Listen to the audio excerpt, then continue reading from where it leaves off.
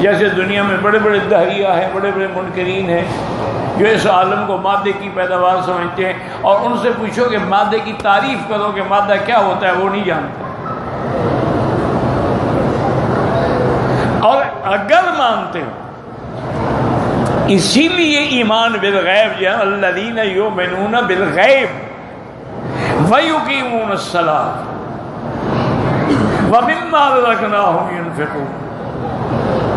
کسی دہریے نے ایک مسلمان کو پوچھا خدا کو مانتے ہو؟ اس نے کہا مانتا ہوں۔ اور نے کہا خدا کو دیکھا ہے؟ اس نے کہا نہیں دیکھا۔ عجیب بات ہے، جس کو دیکھا نہیں اس کو مانتے ہو۔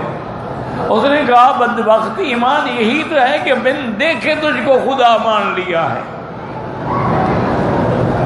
بن دیکھے تجھ کو خدا مان لیا ہے، اور دیکھنے والے کا کہا مان لیا ہے۔ جب حضور نے فرمایا کہ میں نے خدا دیکھا ہے، بات ختم ہو گئی۔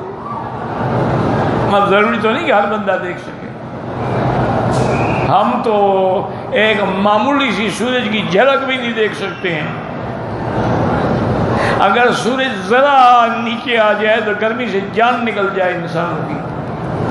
تو اس لیے ہمیشہ یاد رکھو، قرآن جب پڑھو یا حدیث جب پڑھو تو سب سے پہلے یہ سوچ لو کہ جو اللہ نے فرمایا حق۔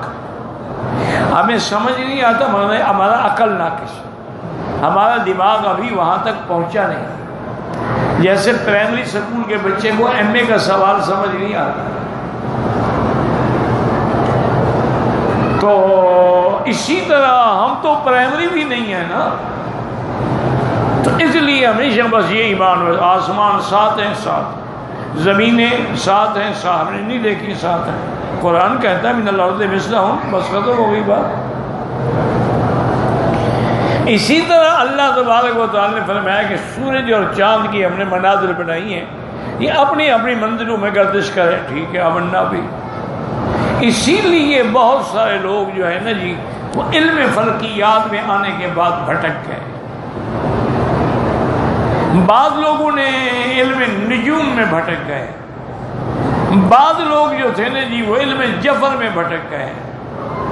اس لیے اسلام نے ان علوم شیطانی سے منع کیا، یہ علوم شیطانیہ ہیں، ان کے قریب ہی نہ جاؤ بس۔ باقی ہیں، بالکل ہیں، شیطانی علوم بھی ہوتے ہیں، لیکن نا اب ڈانس کرنا یہ بھی تو علم ہے نا، ہے دنیا میں۔ گانا گانا یہ بھی تو علم ہے نا، یہ تھوڑا کہ جو شروع کر دے۔ اس کے رموز ہیں، اشارات ہیں، اس کے سر ہیں، پھر اس کی سروں کی اقسام ہیں، پھر ان کے اوقات ہیں۔ اب ہر آدمی تو نہیں جانتا یہ باتیں، تو اس لیے ہمیشہ جب بھی قرآن پڑھو بس آمنا باللہ، اللہ ہمارا آپ کی ذات پہ ایمان ہے، آپ کے فرمان پہ ایمان ہے، ربنا آمنا، یا اللہ ہم بس ایمان لے آئے، سمیعنا و اطعنا۔ اسی طرح اب جی آسمانوں کے درمیان 500 سال کا سفر ہے، کس نے کیا ہے 500 سال کا سفر؟ اور 500 سال کا سفر پیدل ہے یا سواری پر؟ اب تو ایک سواریاں ایسی بھی آ گئی ہیں جو سفر پہلے 12 گھنٹے میں ہوتا تھا، وہ 2 گھنٹے میں ہو جاتا ہے۔ سواریخ بھی آ گئے ہیں، تو اس لیے ان میں بحث پڑھنے کی ہمیں ضرورت ہی نہیں۔ جب اللہ کے نبی نے فرمایا 7 آسمان ہے، ہر آسمان پہ میں پہنچا ہوں، میرے لیے دروازہ کھولا گیا ہے، میں نے انبیاء سے ملاقات کی، آمنا وصدق۔ حضور نے فرمایا کہ سدرۃ المنتہا ہے، میں نے اپنی آنکھوں سے دیکھا ہے، آمنا وصدق۔ حضور پاک کو پھر اللہ نے رفرف بھیجا، اس کے ساتھ عرش کے قریب پہنچے اور اللہ کے دربار میں جا کے التحیات للہ والصلوات والطیبات پیش کی، آمنا باللہ، ہمارا ایمان ہے۔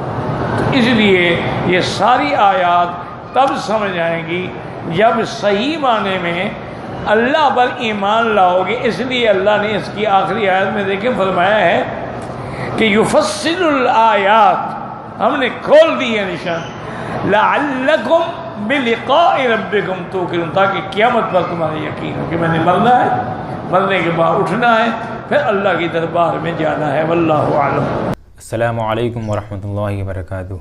اگر آپ مولانا مکی صاحب کی روزانہ شارٹ کلپ ویڈیو حاصل کرنا چاہتے ہیں تو ہمارا چینل سبسکرائب کریں اور بیل آئیکن کو ضرور دبائیں۔ جزاک اللہ۔